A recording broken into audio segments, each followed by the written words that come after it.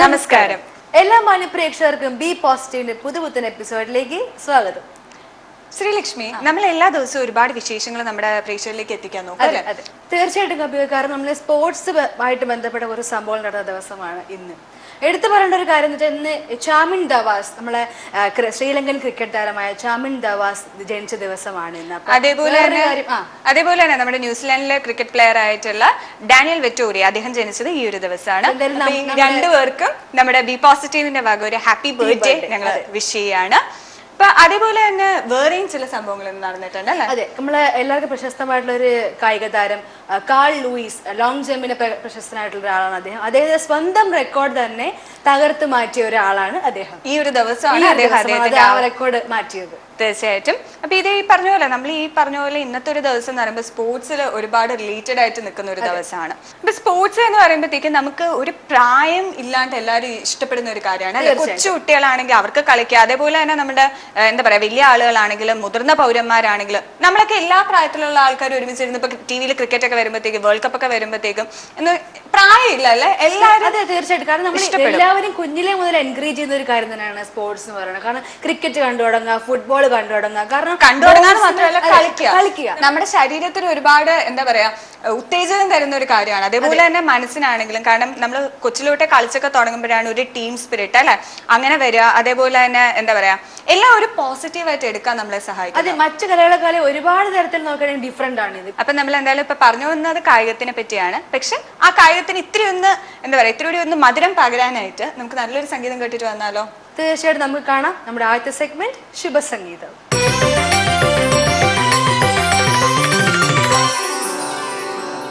ഒന്നിനി ശ്രുതി താഴ്ത്തി പാടുക പൂങ്കുയിലേ, എന്നോ മലുറക്കമായി ഉണർത്തരുതേ, എന്നോ മലുറക്കമായി ഉണർത്തരുതേ. ഒന്നിനി തിരിതാഴ്ത്തു ശാരദ നീലാവേ, ഈ കണ്ണിലെ കിനാവുകൾ കെടുത്തരുതേ, കണ്ണിലെ കിനാവുകൾ കെടുത്തരുതേ.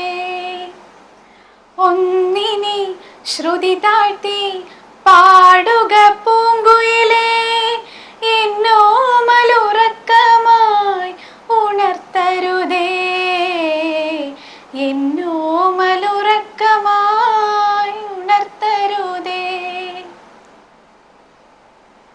ഉച്ചത്തിൽ മിടിക്കുവല്ലേ നീന്റെ ഹൃദന്തമേ, സ്വച്ഛ ശാന്തമെന്നോമൽ മയങ്ങിടുമ്പോൾ. ഉച്ചത്തിൽ മിടിക്കുവല്ലേ നീന്റെ ഹൃദന്തമേ, സ്വച്ഛ ശാന്തമെന്നോമൽ മയങ്ങിടുമ്പോൾ. എത്രയോ ദൂരമെന്നോടൊപ്പം നടന്നു പദപത്മങ്ങൾ പരളമായി ഇളവേൽക്കുമ്പോൾ, താരാട്ടിനു യാത്ര നിദ്രതൻ പടിവരെ, താമര മലർമിഴി അടയും വരെ, താരാട്ടിനു യാത്ര നിദ്രതൻ പടിവരെ, താമര മലർമിഴി അടയും വരെ. ചരിത്ര സത്യങ്ങളെ വിവരിച്ചുകൊണ്ടുന്ന പരിപാടിയാണ് അടുത്തത്. കാണാം ചരിത്രത്തിൽ ഇന്ന്.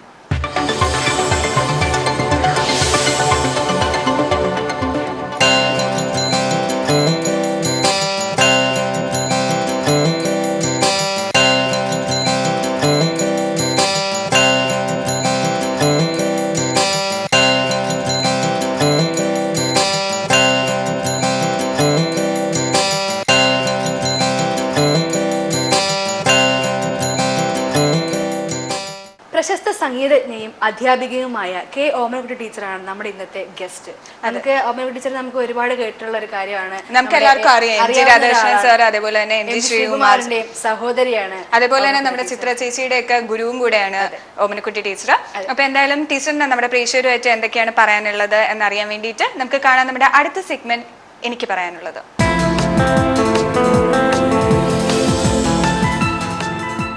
നമസ്കാരം. ദക്ഷിണേന്ത്യയിൽ ഉടലെടുത്ത സംഗീതമാണ് കർണാടക സംഗീതം. രാഗതാളങ്ങളാൽ സമ്പന്നമാണ് കർണാടക സംഗീതം.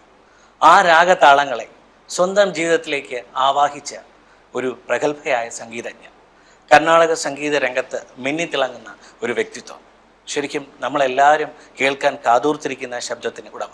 അത് മറ്റാരുമല്ല, നമുക്കേവർക്കും പ്രിയങ്കരിയായ ശ്രീമതി ഡോക്ടർ കെ ഓമനക്കുട്ടി ടീച്ചറാണ് ബി പോസിറ്റീവിൽ ഇന്നത്തെ അതിഥി. നമുക്ക് സ്നേഹപൂർവ്വം ടീച്ചറിനെ സ്വാഗതം ചെയ്യാം. സ്വാഗതം ടീച്ചർ. നമസ്കാരം. ടീച്ചറിൻ്റെ ആ ഒരു സംഗീത യാത്ര തുടങ്ങിയതിനെ പറ്റി നമുക്ക് സംസാരിച്ചു തുടങ്ങാം. ഞാൻ ഒരു 4 തലമുറയായിട്ട് ഞങ്ങൾ സംഗീതക്കാരാണ്. അപ്പോൾ ഒരു സംഗീത ഫാമിലി തന്നെയാണ് ഞാൻ ജനിച്ചത്. അച്ഛൻ മലബാർ ഗോപാലൻ നായർ, അമ്മ കമലാക്ഷിയമ്മ. അമ്മ ആദ്യത്തെ അക്കാഡമി സ്റ്റുഡൻ്റ്, ആദ്യത്തെ ബാച്ചിലെ സ്റ്റുഡൻ്റാണ്. പിന്നെ അച്ഛനാണെങ്കിൽ Sangeetha Nataka വേദിയിലായിരുന്നു, harmonist come vocal artist ആയിരുന്നു. അപ്പോൾ അത് നമ്മൾ കണ്ടതും കേട്ടതും വളർന്നതും എല്ലാം ഒരു സംഗീത അന്തരീക്ഷത്തിലാണ്. അങ്ങനെയാണ് യാത്ര തുടങ്ങുന്നത്. പിന്നെ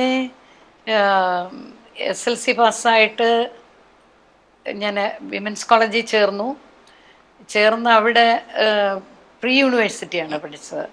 അത് കഴിഞ്ഞ് BA ചേരാൻ നേരം മ്യൂസിക് BA ചേരണമെന്നൊക്കെ ഉണ്ടായിരുന്നു. വഴി മാറിപ്പോയി. കാരണമുണ്ട്. അന്ന് എൻ്റെ അച്ഛനൊക്കെ ഈ സംഗീത നാടക കാലത്ത് ഈ വലിയ ചവിട്ട് ഹാർമോണിയമൊക്കെ അന്ന് ഈ ട്രാൻസ്പോർട്ടേഷൻ എന്ന് പറഞ്ഞാൽ ഇല്ലല്ലോ. അപ്പം അവരൊരുപാട് കഷ്ടപ്പെട്ടിട്ടുണ്ട്. അതുകൊണ്ട് ഇപ്പം ഇന്ന് ഉള്ള ആ എക്സ്പോഷറും അന്നില്ല. അപ്പം ഇനി മക്കള് അങ്ങനെ കഷ്ടപ്പെടണ്ട, ഒരു നല്ല സ്ഥാനത്ത് എത്തട്ടെ, വേറെ ജോലി കിട്ടുമല്ലോ, B.Ed ഒക്കെ പഠിച്ച് പാസ്സായ അല്ലെങ്കിൽ മെഡിക്കൽ കോളേജിൽ അയച്ച് പഠിപ്പിക്കാം, ഇങ്ങനെയൊക്കെയുള്ളൊരു കണക്കുകൂട്ടലായിരുന്നു അച്ഛനും അമ്മയ്ക്കും. അങ്ങനെയാണ് എന്നെ സുവോളജി എടുപ്പിച്ചത്. ടീച്ചറിന് സമ്മതമായിരുന്നു? മാനസികമായിട്ട് അതിന് തയ്യാറായിരുന്നു? മാനസികമായിട്ട് ഈ നമ്മൾ ഒന്നിനെ നേരിട്ട് പരിചയപ്പെട്ട് അതുമായിട്ട് ആ എക്സ്പീരിയൻസ് വരുമ്പോഴാണ് അതിൻ്റെ ഡിഫിക്കൽട്ടീസ് നമുക്ക് മനസ്സിലാകുന്നത്. എനിക്ക് വലിയ ഇഷ്ടമായിരുന്നു ഈ BA എന്ന് പറയുന്നതും BSc എന്ന് പറയുന്നതും ഏതോ കുറച്ചുകൂടെ BA ഉയർന്നതാണെന്ന് ഒരു തോന്നലൊക്കെ ഉള്ള ഒരു കാലമായിരുന്നു അന്ന്. അപ്പം അതിൻ്റെ ഒരു പവറിലായിരുന്നു. പക്ഷേ ഈ സുവോളജി എടുത്ത് തവളെ കീറലും ലീച്ചിനെ കീറലും ഈ എർത്തുവേമിനെ കീറലും പിന്നെ അതൊക്കെ അങ്ങോട്ട് തുടങ്ങിയപ്പോഴാണ് അതിൻ്റെ മാനസികമായിട്ട് മ്യൂസിക് മതിയായിരുന്നല്ലോ എന്നുള്ളൊരു തോന്നൽ. കാരണം ഈ ട്രെയിലൊക്കെ ഇങ്ങനെ നമ്മളെ മണിക്കൂറുകളോളം ഡിസെക്ഷൻ ചെയ്യുമ്പോൾ കൈയൊക്കെ അങ്ങ് മരവിക്കുന്നതിൻ്റെ അല്ല, പിന്നെ ഉച്ചയ്ക്ക് ഉണ്ണാൻ തോന്നത്തില്ല. ഒരു കലാകാരി ആയതിന്റെ ഒരു ഗുണമാണ് ആരെയും വേദനിപ്പിക്കാതെ ഈ ഓന്തിനെയും ഇതിനെല്ലാം കീറി കഴിയുമ്പം മാനസികമായിട്ടൊരു വിഷമം. എങ്ങനെങ്കിലും BSc ഒന്ന് കംപ്ലീറ്റ് ചെയ്തിട്ട് ഒന്ന് അവിടുന്ന് ചാടിയാൽ മതിയായിരുന്നു എന്നായിരുന്നു. അങ്ങനെ ഇരുന്നപ്പോഴാണ് ചെമ്മൻകുടി സാർ ഒരിക്കല് എൻ്റെ ഒരു പാട്ട് കേൾക്കാനിടയായി. അപ്പം എൻ്റെ അമ്മയെ പഠിപ്പിച്ചത് ചെമ്മൻകുടി സാറാണ്. അച്ഛനും പരിചയമുണ്ട്, പക്ഷെ ഇന്നാരുടെ മോളാണെന്നൊന്നും അറിഞ്ഞുകൂടാ. അപ്പം അന്ന് ചേട്ടൻ MG രാധാകൃഷ്ണൻ അക്കാഡമി പഠിക്കുക. പിന്നെ സാർ അന്വേഷിച്ചു ഈ കുട്ടി ഏതാണ് എന്ന് അന്വേഷിച്ചപ്പം ഇന്നാരുടെ മകളാണെന്ന്. അപ്പം മലബാർ ഒന്ന് വരാൻ പറയണമെന്ന് പറഞ്ഞ് അച്ഛൻ അവിടെ ചെന്നപ്പോൾ ചോദിച്ചു, മോളെ എന്തിനാണ് ഇങ്ങനെ കഷ്ടപ്പെടുത്തുന്നത്? ഇത് ടാലൻ്റ് ഉള്ള കുട്ടികളെ അവർക്ക് ഇഷ്ടമുള്ള മേഖലയിലേക്ക്. അത് വാസ്തവമാണ്. ഇപ്പോഴത്തെ കുട്ടികളുടെ പേരൻസും അറിയേണ്ട ഒരു കാര്യമാണ്. ടാലൻസ് ഉള്ളവരെ അങ്ങനെ വേണ്ടേ ചെയ്യാൻ. ഡിസ്കണ്ടിന്യൂ ചെയ്തിട്ടാണോ? അല്ല, BSc പാസ്സായി നിൽക്കുമ്പോഴാണ് ഈ സംഭവം. അപ്പോൾ പിന്നെ അക്കാഡമിയിൽ ഗാനപ്രവീണ എന്ന് പറഞ്ഞൊരു കോഴ്സ് തുടങ്ങിയിട്ടുണ്ട്. അതിന് 4 വർഷം ഇളവ് ചെയ്തു തരാൻ ഞാൻ ഗാനഭൂഷണം കഴിഞ്ഞാണ് ഗാനപ്രവീണ. 4 വർഷം ഗാനഭൂഷണം കഴിഞ്ഞു. ഈ കുട്ടിയെ ഒരു ഇൻ്റർവ്യൂ നടത്തി ഞാൻ 4 വർഷം ഇളവ് ചെയ്തിട്ട് പിന്നെ ഗാനപ്രവീണയ്ക്ക് എടുക്കാം എന്നുള്ളത് അപ്പം തുടങ്ങിയ കോഴ്സാണ്. ചെമ്മൻകുടി സാറ് തന്നെയാണ് ആ ക്ലാസ് എടുക്കുന്നത്. സാറും വേറെ 1-2 പേരും അത്രയേ ഉള്ളൂ. സാറാണ് മുഖ്യമായിട്ട് പഠിപ്പിക്കുന്നത്. പഠിത്തം എന്ന് പറഞ്ഞാൽ അന്ന് എങ്ങനെ തോന്നി ടീച്ചർ ആ ഒരു എക്സ്പീരിയൻസ്? എക്സ്പീരിയൻസ് ഞാൻ എന്താ ഈ കരക്കിട്ട മത്സ്യം വെള്ളത്തിൽ വീണ്ടും വരുമ്പോ ആ ഒരു എന്താണ് പ്രതീതി. ആ പ്രതീതിയാണ് എനിക്കുണ്ടായിരുന്നത്. അപ്പൊ സാറ് അന്നത്തെ ഗാനപ്രവീണ എന്ന് പറഞ്ഞാല് ഇപ്പോഴത്തെ മ്യൂസിക് എമ്മേക്കാളും സ്റ്റാൻഡേർഡ് ഉള്ള ഒന്നായിരുന്നു. ഇപ്പൊ അത് വളരെ കട്ട് ഷോർട്ട് ചെയ്തു സിലബസ് ഒക്കെ. അന്ന് അങ്ങനല്ല, പ്രാക്ടിക്കലിന് ഭയങ്കര ഇമ്പോർട്ടൻസ് ആണ്. അതുപോലെ തിയറി ആണെങ്കിലും എമ്മയുടെ അത്രയും തിയറി ഉണ്ട്, എമ്മേക്കാളും ഉണ്ടെന്ന് പറയാം.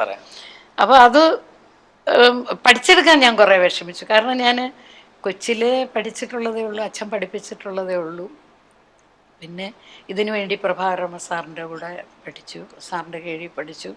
ഈ 3 വർഷം ചെമ്മൻകുടി സാറ് എടുത്ത ക്ലാസ് ഒരു എക്സ്പീരിയൻസ് തന്നെയായിരുന്നു.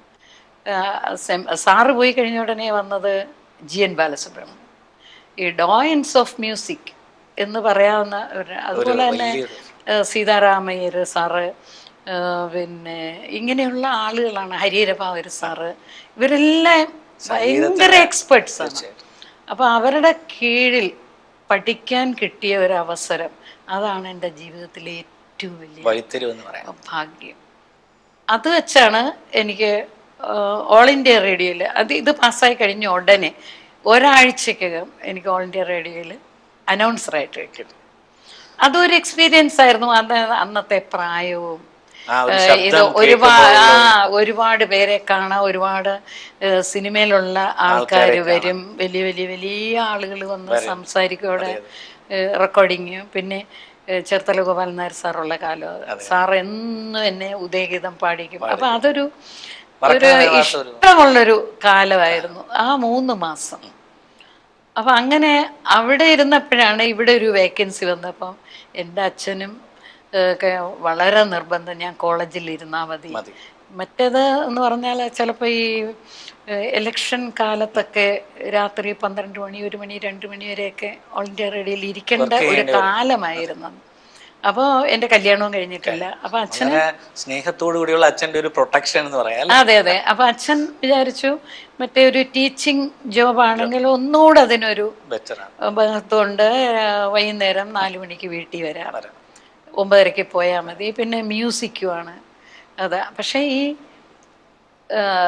സുവോളജി BSc-യും ഗാനപ്രവീണയും വെച്ചാണ് എനിക്ക് ജോലി കിട്ടിയത്. അന്ന് അത് അനുവദനീയമായിരുന്നു. PSC-യിൽ ഏതെങ്കിലും ഒരു ഡിഗ്രി, ഒരു ഡിപ്ലോമ ഉണ്ടെങ്കിൽ PSC-യിൽ അപേക്ഷിക്കാം. അപ്പൊ ഈ ഗാനപ്രവീണ പാസ്സായിടയല്ലേ, അപ്പൊ നല്ല എക്സ്പീരിയൻസ് ആണ്. എക്സാം ഒക്കെ കഴിഞ്ഞ് നല്ല എക്സ്പീരിയൻസ്. അപ്പൊ പാട്ടാണെങ്കിലും ആ സമയത്ത് ഇത് നല്ലോണം പഠിച്ച് പാടിയിട്ട് നിൽക്കല്ലേ. അപ്പൊ എനിക്കാണ് ഫസ്റ്റ് റാങ്ക് കിട്ടിയത്. പക്ഷെ അത് കഴിഞ്ഞ് കോളേജിലെത്തിയപ്പോഴാണ് എനിക്കുള്ള ഒരുപാട് മാനസികമായിട്ടുള്ള ക്ലേശങ്ങൾ വന്നു. കാരണം അവിടെ ഈ മ്യൂസിക് BA-ക്കാരെ ആണ് ഉള്ളത്. പിന്നെ അപ്പം എല്ലാവർക്കും ഒരു തോന്നല, അവർക്ക് ഈ പിന്നെ ഗാനപ്രവീണയുടെ സിലബസോ അത് എത്രത്തോളം മഹനീയമാണെന്നോ ഒന്നും അറിഞ്ഞില്ല. അപ്പൊ ഒരു സുവോളജി BSc ഒരു ഡിപ്ലോമ അത് കഴിഞ്ഞ് ഒരാൾ വന്നിരിക്കുന്നു എന്ന് പറഞ്ഞൊരു എനിക്കൊരു അവഗണന തോന്നി അന്ന്. അന്ന് അവഗണിച്ചു പറയുന്നിപ്പോ ശരിക്കും ആശ്ചര്യപൂർവ്വം നോക്കുകയായിരിക്കും. അല്ല, അത് അവഗണന വന്നത് എൻ്റെ ഭാഗ്യമാണെന്നാണ് ഞാൻ വിചാരിക്കുന്നത്. കാരണം അന്ന് ഞാനൊരു വിമൻസ് കോളേജ് ഡിപ്പാർട്ട്മെന്റ് ഓഫ് മ്യൂസിക്കിൽ നിന്ന് ഒരു ശബ്ദം എടുത്തു, ഇവിടെ ഉള്ളവരെക്കാളും ഞാൻ ഈ റെക്കോർഡ് ഭേദിക്കും എന്ന്. അത് ഒരു വാശിയായിരുന്നു, പക്ഷെ നല്ലതിന് വേണ്ടിയുള്ള ഒരു വാശി, അല്ലാതെ അവരോടുള്ള വിരോധം കൊണ്ടല്ല. അല്ല, ഒരിക്കലും അല്ല. ഇത് ഞാൻ മാറ്റിയെടുക്കും എന്ന് പറഞ്ഞ് ഇന്നും എൻ്റെ ക്വാളിഫിക്കേഷൻ്റെയോ ഒന്നും റെക്കോർഡ് ഭേദിച്ചിട്ടില്ല ആരും, ഇന്നും എത്രയോ വർഷമായിട്ട്. ഇപ്പൊ BP ഓസ്ട്രി പ്രേക്ഷകർ ആഗ്രഹിക്കുകയായിരിക്കും അവിടുത്തെ ശബ്ദമാധുര്യം നുകരാനായിട്ട്. ടീച്ചറിനെ ഇഷ്ടപ്പെട്ടത് ഓമനത്തിങ്കൾ കിടാവോ നല്ല കോമള താമര പൂവോ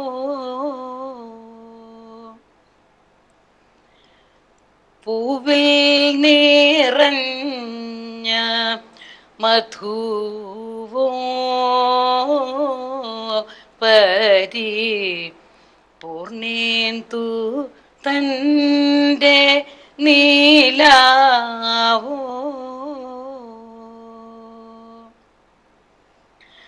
പുത്തൻ പവീഴ കൊടിയോ ചെറു തത്തകൾ കൊഞ്ചും മൊഴിയോ പത്മനാഭൻ തൻ കൃപയോ ഇനി ഭാഗ്യം വരുന്ന വഴിയോ. ലോകമറിയുന്ന പല അവരുടെയും ഗുരുനാഥയാണ് നമ്മുടെ ചിത്ര ചേച്ചിയെ പോലെയും മരുന്ന് ചേച്ചിയെ പോലെയും അങ്ങനെ ഒരുപാട്. ചിത്രയൊക്കെ എന്ന് പറഞ്ഞാൽ വർഷങ്ങളാ പഠിച്ചിരിക്കുന്നത്. ചിത്ര 4 മണിക്കൊക്കെ വീട്ടില് കോട്ടൺ ഹിൽ സ്കൂളിൽ നിന്ന് വന്നാല്, അല്ലെങ്കിൽ വിമൻസ് കോളേജിൽ പഠിക്കുമ്പോൾ അവിടെ നിന്ന് വന്നാല് ഒരു 12 മണി വരെ, രാത്രി 12 മണി വരെ എനിക്ക് ഒപ്പം ഉണ്ടായിരിക്കും. ശരിക്കും ഒരു നല്ല ഗുരുവിൽ നിന്ന് ഒരുപാട് നല്ല ഗുണങ്ങൾ ശിഷ്യന്മാർക്ക് കിട്ടുമെന്നുള്ള ഒരു നല്ല ഉദാഹരണമാണ് ചിത്രചേച്ചി. ടീച്ചറിന്റെ എളിമ, അതെ, ടീച്ചറിന്റെ എളിമ അതുപോലെ പകർന്നു കിട്ടിയിട്ടുള്ള ഒരു വ്യക്തിയാണ്. ശരിയല്ലേ? ചിത്രയുടെ സ്വഭാവം നല്ല സ്വഭാവം. ഇതുവരെയും ചിത്രയെ പറ്റി ഒരു മോശമായിട്ടുള്ള അഭിപ്രായം ആരും പറഞ്ഞിട്ടില്ല. അത് ഈ ഇങ്ങനെ കത്തി നിൽക്കുന്ന ഒരു സമയത്ത് അഹങ്കാരമില്ലാതെ ഇന്നത്തെ കുട്ടികൾ കണ്ടുപിടിക്കേണ്ടത്. തീർച്ചയായിട്ടും. അതുപോലെ തന്നെ ടീച്ചർ, ചലച്ചിത്ര രംഗത്തെ ഇളക്കി മറിക്കുന്ന 2 സഹോദരങ്ങളുണ്ട്, എന്നിട്ടും ആ മേഖലയിലേക്ക് കടന്നു വന്നില്ല. അച്ഛന് ക്ലാസിക്കലിനോടായിരുന്നു കൂടുതൽ. അത് തന്നെയല്ല, അന്നത്തെ കാലം ഈ നാടകത്തിലേക്കൊക്കെ പോകുന്നതും ഫിലിമിലേക്കൊക്കെ പോകുന്നതും ഒക്കെ ഒരു വലിയ കാര്യമായിട്ട്, ഒരു അപരാധമായിട്ട് ചില അവസരത്തിൽ ചില വീട്ടുകാര് വിചാരിച്ചു. അപ്പൊ അച്ഛൻ പറഞ്ഞു, ഏതായാലും രാജപ്പൻ എന്നാണ് എൻ്റെ ചേട്ടനെ വിളിക്കുന്നത്, രാധാകൃഷ്ണൻ. രാജപ്പൻ അങ്ങനെ പോട്ടെ, അവൻ ക്ലാസിക്കൽ പഠിച്ചിട്ട് കമ്പോസിങ്ങും അതും ഇതുമായിട്ടൊക്കെ പോട്ടെ. പിന്നെ അന്ന് ശ്രീകുട്ടനൊന്നും ആയിട്ടില്ല. ഏതായാലും മകളെ ക്ലാസിക്കൽ മാത്രമായിട്ട് പഠിപ്പിക്കുക എന്ന് അച്ഛൻ്റെ ഒരു ആഗ്രഹമായിരുന്നു. അതിന് ഞാനും വഴങ്ങി. പിന്നെ എനിക്കും കുറേ നാളെ ഇവരുടെ കീഴിലൊക്കെ പഠിച്ചപ്പം ക്ലാസിക്കൽ മ്യൂസിക്കിലുള്ള ആ ഒരു പ്രൗഢി മറ്റൊരു സംഗീതത്തിലില്ലാന്ന് എനിക്ക് തോന്നി. അപ്പം അതുകൊണ്ട് പിന്നെ ഞാൻ ലൈറ്റ് മ്യൂസിക് ആർട്ടിസ്റ്റും കൂടെ ആയിരുന്നു ഓൾ ഇന്ത്യ റേഡിയോയിൽ. അതങ്ങ് വേണ്ടാന്ന് വെച്ച് ഞാൻ അങ്ങനെ ഇതിൽ തന്നെ ആയിപ്പോയി. പിന്നെ ഒരുപാട് ശിഷ്യരും ക്ലാസിക്കൽ മ്യൂസിക് വന്നപ്പോഴത്തേക്ക് ഇപ്പോഴും വളർത്തിക്കൊണ്ടിരിക്കുകയാണ്. നമ്മുടെ സംഗീത ഭാരതിയെ കുറിച്ചൊന്ന് പറയാൻ. സംഗീത ഭാരതി എൻ്റെ അച്ഛൻ്റെ പേരില് ഉടലെടുത്ത ഒരു സംഗീത ഭാരതിക്ക് ഒരു ബ്രാഞ്ചും കൂടെ ഉണ്ട്, മരുതൂർക്കടവില്, മരുതൂർക്കട കരിമം, അവിടെ കൂടെ ഒരു ബ്രാഞ്ചുണ്ട്. അപ്പം ഈ സംഗീത ഭാരതി എന്ന് പറയുന്ന വാസ്തവത്തിൽ എൻ്റെ ഹസ്ബൻഡ് MP ഗോപിനാഥൻ നായർ ആണ് ഇതിന് പേരിട്ടത്. അദ്ദേഹം ഈ മ്യൂസിക്കിനെ വളരെ ഇഷ്ടപ്പെടുന്ന ഒരു വ്യക്തിയാണ്. അതുകൊണ്ടാണ് എന്നെ കല്യാണം കഴിച്ചത്. മ്യൂസിക്കിൻ്റെ ആ ഒരു ഇത് കൊണ്ട് മാത്രമാണ് കല്യാണം കഴിച്ചത്. അപ്പോൾ ഈ സംഗീത ഭാരതി എന്നുള്ള പേരിടാൻ അദ്ദേഹം വളരെ വിദഗ്ധനാണ്. അപ്പം സംഗീത ഭാരതി ഇപ്പം എനിക്ക് തോന്നുന്നു ഇതുപോലൊരു പേര് ഒരു ഇൻസ്റ്റിറ്റ്യൂട്ടിനും ഇല്ലാന്ന് തോന്നുന്നു. കുടുംബത്തെ പറ്റി എൻ്റെ ഭർത്താവ് MP നായർ. അദ്ദേഹം സൗണ്ട് എഞ്ചിനീയറാണ്. ഇവിടെ ഓൾ ഇന്ത്യ റേഡിയോയിൽ സീനിയർ എഞ്ചിനീയർ ആയിരുന്നു അദ്ദേഹമാണ് ഈ Calicut studio, Bangalore studio, Mysore studio ഒക്കെ അതിൻ്റെ ഇൻസ്റ്റലേഷൻ ഓഫീസറായിരുന്നു. അപ്പം പാട്ടിൽ വലിയ താല്പര്യമാണ്. വളരെയധികം എന്നെ പ്രോത്സാഹിപ്പിച്ചിട്ടുണ്ട്. പിന്നെ എനിക്ക് ഒരു മകളേ ഉള്ളൂ, ലക്ഷ്മി എന്നാണ്. ലക്ഷ്മി വീണ വായിക്കും. വലിയ KS നാരായണസ്വാമി സാറിൻ്റെ കീഴിലാണ് അവൾ പഠിച്ചതൊക്കെ വീണ. ഇപ്പോഴും വീണ കൈകാര്യം ചെയ്യുന്നുണ്ട്. അവൾ മ്യൂസിക് MA ആണ്, മാത്സ് MSc ആണ്. പക്ഷെ ജോലിക്ക് പോയില്ല. ഞങ്ങളുടെയൊക്കെ കഷ്ടപ്പാട് ഉണ്ടായിരിക്കും ജോലി. പിന്നെ വീണ MPA ആണ്. അപ്പം അങ്ങനെ കുറേ ഡിഗ്രികളൊക്കെ ഉണ്ട്. ഇപ്പോൾ വീട്ടിലെ കുട്ടികളെ വീണ പഠിപ്പിക്കാറുണ്ട്. പിന്നെ അവളുടെ ഇഷ്ടം എന്ന് പറഞ്ഞാൽ ഭർത്താവിനെയും കുഞ്ഞുങ്ങളെയും നോക്കുന്നു. അവൾക്ക് 2 കുട്ടികൾ, ഒന്ന് ഹരിശങ്കർ, മറ്റേത് രവിശങ്കർ. പിന്നെ അവൻ്റെ ഒരു പ്രത്യേകത എന്ന് പറഞ്ഞാൽ അവന് പ്രഗതി എന്ന് പറഞ്ഞൊരു ബാൻഡുണ്ട്. പിന്നെ ഫിലിമി പാടുന്നുണ്ട്, ക്ലാസിക്കൽ കച്ചേരി. അപ്പൊ മൂന്ന് ഇനമാണ്. അപ്പൊ അത് വേർതിരിച്ച് പാടാനുള്ള ഒരു കപ്പാസിറ്റി ആ കുട്ടിക്കുണ്ട്. രണ്ടാമത്തെ കുട്ടി രവിശങ്കർ ഈക്വലി ടാലന്റഡ് ആണ്. വയലിനൊക്കെ വായിക്കും. അവന്റെ പ്രഗതി ബാൻഡിൽ അവനാണ് വയലിൻ വായിക്കുന്നത്, പാടുകയും ചെയ്യും. അവൻ ഇത് മൾട്ടിമീഡിയ അതിന് പഠിക്കുന്നു. മൂത്ത ആള് ഹരിശങ്കർ ഡെന്റൽ കോളേജിൽ ഫൈനൽ ഇയർ സ്റ്റുഡൻ്റ് ആണ്. ഇവരുടെ അച്ഛൻ ആലപ്പുഴ ശ്രീകുമാർ ക്ലാസിക്കൽ ഗായകനാണ്, അക്കാഡമിയിലെ പ്രിൻസിപ്പലാണ്. ഇപ്പോൾ ഇതാണ് എൻ്റെ ചെറിയ ചെറിയ കുടുംബം. ഇത്രയും നേരം ചെലവഴിച്ചതിന് ഹൃദയം നിറഞ്ഞ നന്ദി രേഖപ്പെടുത്തുകയാണ്. എനിക്കും നന്ദി രേഖപ്പെടുത്താനുണ്ട് പനോരമയോടും അതിൻ്റെ ഓർഗനൈസേഷനോടും, പ്രത്യേകിച്ച് ശരത്തിനോടും വളരെ നന്ദി. നമസ്കാരം. നമസ്കാരം. അപ്പൊ ഗോപിക, നമ്മള് സ്പോർട്സിനെ പറ്റി പറഞ്ഞുകൊണ്ടിരിക്കുകയായിരുന്നു ആദ്യം, അല്ലെ? അപ്പൊ ഈ ഇടയ്ക്ക് നടന്ന ഒരു സംഭവമാണ് നമ്മുടെ MS ധോണി ക്യാപ്റ്റൻ പദവി മാറ്റിവെച്ചു എന്നുള്ള കാര്യം. അത് കാരണം വെച്ചാൽ നമുക്കിപ്പോ ക്രിക്കറ്റ് ഫീൽഡിലുള്ള എല്ലാവർക്കും ഒരു ദുഃഖകരമായിട്ടുള്ള ഒരു കാര്യം തന്നെയാണ്. അതേസമയം നമുക്ക് പ്രതീക്ഷയുണ്ട്. കാരണം വിരാട് കോഹ്ലി നമ്മുടെ ക്യാപ്റ്റൻ ആയിട്ട് വരികയാണ്. അപ്പൊ അദ്ദേഹം എന്ന് പറഞ്ഞു കഴിഞ്ഞാൽ ഈ അടുത്തിടെ തന്നെ ഇംഗ്ലണ്ടുമായിട്ടുള്ള ടെസ്റ്റ് സീരീസ് ജയിച്ച് ഒരുപാട് റെക്കോർഡുകളുമായിട്ട് വന്ന് നിൽക്കുകയാണ്. അപ്പൊ അതേപോലെ നമുക്ക് വേറൊരു സന്തോഷമുള്ള വാർത്ത എന്ന് പറയുന്നത് ടീമിലേക്ക് തിരിച്ച് യുവരാജ് സിംഗ് വരുന്നുണ്ട്, നമ്മുടെ സ്വന്തം സഞ്ജു സാംസൺ വരുന്നു. അതേപോലെ നമ്മൾ കഴിഞ്ഞ വർഷം നോക്കുകയാണെങ്കിൽ നമ്മുടെ കരുൺ നായർ, നമ്മുടെ ഒരു മലയാളിയായിട്ട് അദ്ദേഹം ടെസ്റ്റില് ഇംഗ്ലണ്ടിനെതിരെയുള്ള ടെസ്റ്റിൽ 300 റൺസ് അദ്ദേഹം എടുത്തു എന്നൊക്കെ പറയുന്നത്. എനിക്ക് തോന്നുന്നു സ്പോർട്സ് എന്ന് പറയുന്ന ഈ വർഷം ഒരുപാട് സംഭവിച്ചു. ഒരുപാട് പ്രതീക്ഷകൾ നമുക്ക് ഇനി നമുക്ക് എന്തെങ്കിലുമൊക്കെ ഒരു വെറൈറ്റി സംഭവിക്കും എന്നുള്ള പ്രതീക്ഷയിലാണ് എല്ലാവരും നിൽക്കുന്നത്. എല്ലാ ടീം ആളുകളും മാറി വരികയാണ്. ഇനി എന്തെങ്കിലുമൊക്കെ ഒരു സ്പെഷ്യാലിറ്റി മാത്രമല്ല എല്ലാ ഏരിയാസിലും ഇപ്പൊ ഈ പറഞ്ഞ പോലെ നമ്മുടെ ഈ 2017 നമ്മുടെ ഇന്ത്യയിലെ എല്ലാ തരത്തിലുള്ള സ്പോർട്സ് മേഖലകളിലും ഒരുപാട് ഉന്നതിയിൽ ഇന്ത്യക്കാർ എത്തട്ടെ എന്ന് ഞങ്ങൾ ആശംസിക്കുകയാണ്, പ്രാർത്ഥിക്കുകയാണ്. അപ്പൊ തിങ്കളാഴ്ച വീണ്ടും മറ്റൊരു മനോഹരമായ അധ്യായത്തിലൂടെ ഞങ്ങൾ നിങ്ങളുടെ മുമ്പിലേക്ക് വരുന്നതായിരിക്കും. അതുവരെയ്ക്കും നന്ദി, നമസ്കാരം.